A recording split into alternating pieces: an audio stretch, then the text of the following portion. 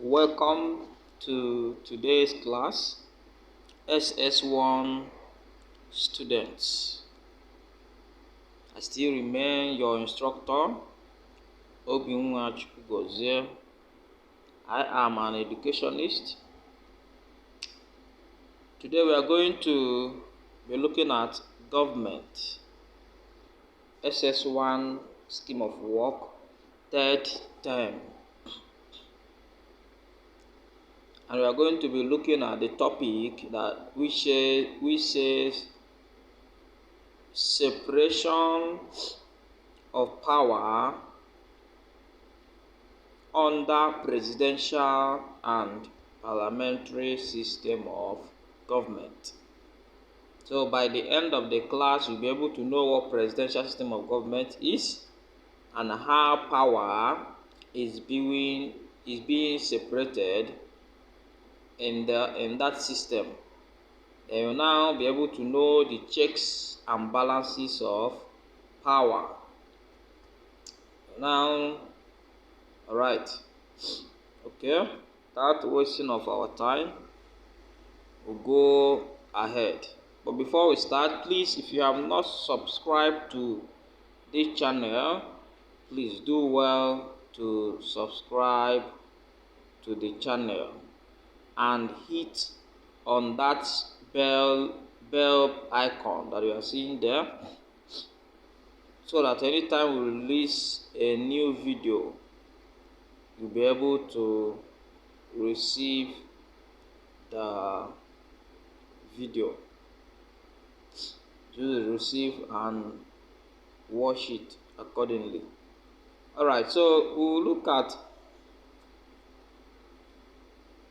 separation of power under presidential system of government. Now, a presidential system of government is a type of government in which all executive powers are vested on the president. So all executive power, administrative power are vested on the president. He is the head of state and as well as the head of government. Just like the system of government that Nigeria is practicing today, our president has all the power, all the executive power. So Nigeria is practicing presidential system of power, whereby the president has all the executive power. It says he is the head of state as well as the head of government. He is the head of state and as well as the head of government. That is the kind of system we are practicing in Nigeria today. Then in a presidential system of government, the executive arm of government is equal to the legislation arm, but is separated from it. Yes, the legislative and the executive, they are being separated. The arms of government are being separated. Okay, let's look at the separation of power under presidential system of government and how they operate. Okay, number one, there is existence of clear separation of power in a presidential system. Yes, there is a clear separation of power in a presidential system of government, whereby the executive have their own power jurisdiction, the judiciary have their own power jurisdiction, the legislatures have their own power jurisdiction. There is a clear separation of power there. Then number two, members of the legislature who are appointed as ministers must resign their positions. Yes, if peradventure, if any member of the legislature was appointed as minister, the person will have to resign. He cannot carry two portfolios in government. You have to resign the legislative position and move to the ministerial, or he reject that ministerial appointment. Alright, number three, the legislature and judiciary are controlled not by the executive. Yes, the legislature and the judiciary cannot be controlled by the executive in this kind of presidential system of government. Then number 4. The president is directly elected, so he is not controlled by the parliament. In presidential system, the president is directly elected by the people. As you can see, this is a typical example of what Nigeria is practicing. During an election, people that have got between the age of 18 and above will go to the polling unit and cast their vote. That means they are electing their president directly. All right. Okay, the next one, which is there is individual responsibility and not collective to the parliament. Yes. Number 6, the legislation can remove the president through impeachment in the face of abuse of power or corruption. Yes, in this kind of government, the legislation can impeach the president or the governor if they notice any act of corruption or abuse of power. And before the impeachment will be successful, there must be a two-third of the House must agree before they carry out the impeachment. Just like what happened in America this year, which is 2020. As of the time of recording this video, President Trump went for impeachment trial. They wanted to impeach him, accusing him of so many things. But at long run, they did not succeed. So the two-third people did not support his impeachment. So he won them. All right. Okay, let's look at the separation of power in a parliamentary system of government. Yes, separation of power in a parliamentary system of government. Now, let's look at what parliamentary system of government. It could be, if you don't call it parliamentary system of government, you call it cabinet system of government. Now, is one in which the head of state is different from the head of government, and there is fusion of powers.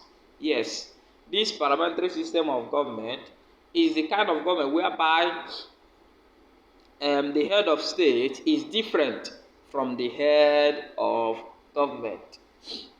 The head of government is what we regarded as the prime minister.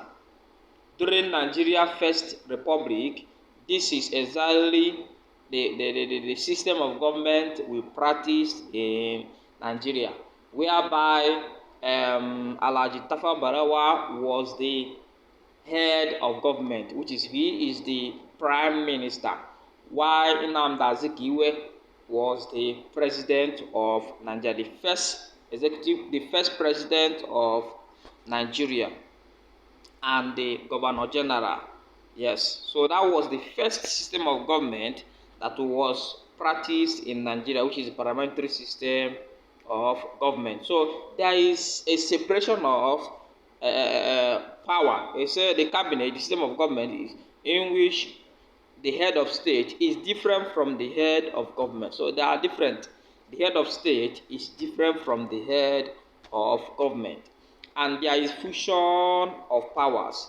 All right, a real executive power resides on the Council of Ministers, known as the cabinet, which is headed by the prime ministers. Yes, the operation of separation of power under parliamentary system is as follows. How it is operated. And remember, they said there is fusion of power.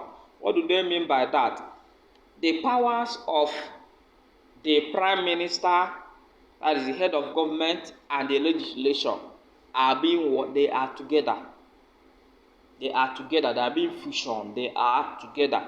So during how the prime minister is being elected is that the party that won the highest seat in the parliament or legislation or the parliament, that party will now appoint somebody to become the prime minister. So the prime minister is not being elected directly. So Nigeria did this, practice this kind of government one time, as I've explained before. Now let's see how this power has been separated and how it works. The number one, There is fusion of power between the executive and the legislature. Yes, as I said before. Number 2, ministers belong to both executive and legislature. Yes. Yes. 3, the executive organs tend to have control of the legislative organs and the judiciary. Yes. Number 4, collective responsibility exists in the parliament. Yes. Number 5, the parliament can pass a vote of no confidence to the executive. Yes. The last one, which is the parliament can remove the executive with a vote of no confidence. And we'll now look at checks and balance of power. The doctrine or the principle of checks and balance of power. Now, is a doctrine which states that doctrine of checks and balance advocate need for one arm of government to check the other so as to prevent abuse of power and guarantee the freedom of individual citizens. Yes, this is the belief of checks and balance as a principle or as a doctrine. The founder was talking about that there should be a need or there should be a situation whereby the organs of government is being checkmated, just like the legislature checking the activities of the executive and as well checking the activities of the judiciary. The same thing with the judiciary, checking the activities of other organs of government. Okay, let's go further. It says, this doctrine states that the powers of one arm of government should be used for check and balance the power of the other, as I've said before. Now, so that is the principle behind this checks and balance principle. Now, okay, this is to say that each organs of the government should act as watchdog. Yes, each organs of the government are acting as watchdog among other organs of government. As I have explained earlier. Okay, let's look at the advantages of this doctrine. Number 1, discipline. Number 2, efficiency. Number 3, prevent dictatorship. Number 4, guarantees fundamental human rights. Okay, let's look at the disadvantages. It renders the principle of separation of power useless and meaningless. Number 2, the vote power of the president makes the president to be influenced by the legislature institution fusion of power. Then number 3, it may lead to tyranny and acrimony. Number 4, it is expensive and it's very, very expensive to run. Alright, okay, in our next class, we are going to look at representative government. But now we believe that you have gathered some knowledge on the principles of checks and balance of power in government, then the advantage and disadvantage of checks and balance in government. Have as well known the principle behind the separation of power under parliamentary and presidential system of government. Thank you so much for following us in this class. In case you need the notes, the third term ss1 note, just do well to contact us on 081 33 57 7465 or 070 88 742 960. We'll be glad to send the note to you. Now, this program was brought to you by an education agency called Uzie Academy HSA. We are into mass literacy, adult education, reading and writing classes. Then we as well have an online class which we use, whereby we use the platform called Zoom and Cisco WebEx to teach our students and our pupils online. Or those of them that are preparing for common entrance, especially those of them that are in primary 1, primary 4, 5, and 6. We teach them so that they will be able to succeed in their common entrance and any other exam they do, they write within that their level. As well, teach JS1 to JS3, ss1 to ss3, maths, English, and science subjects. So do well to contact us. Remember our slogan in this channel. Our slogan still remains: pursue knowledge.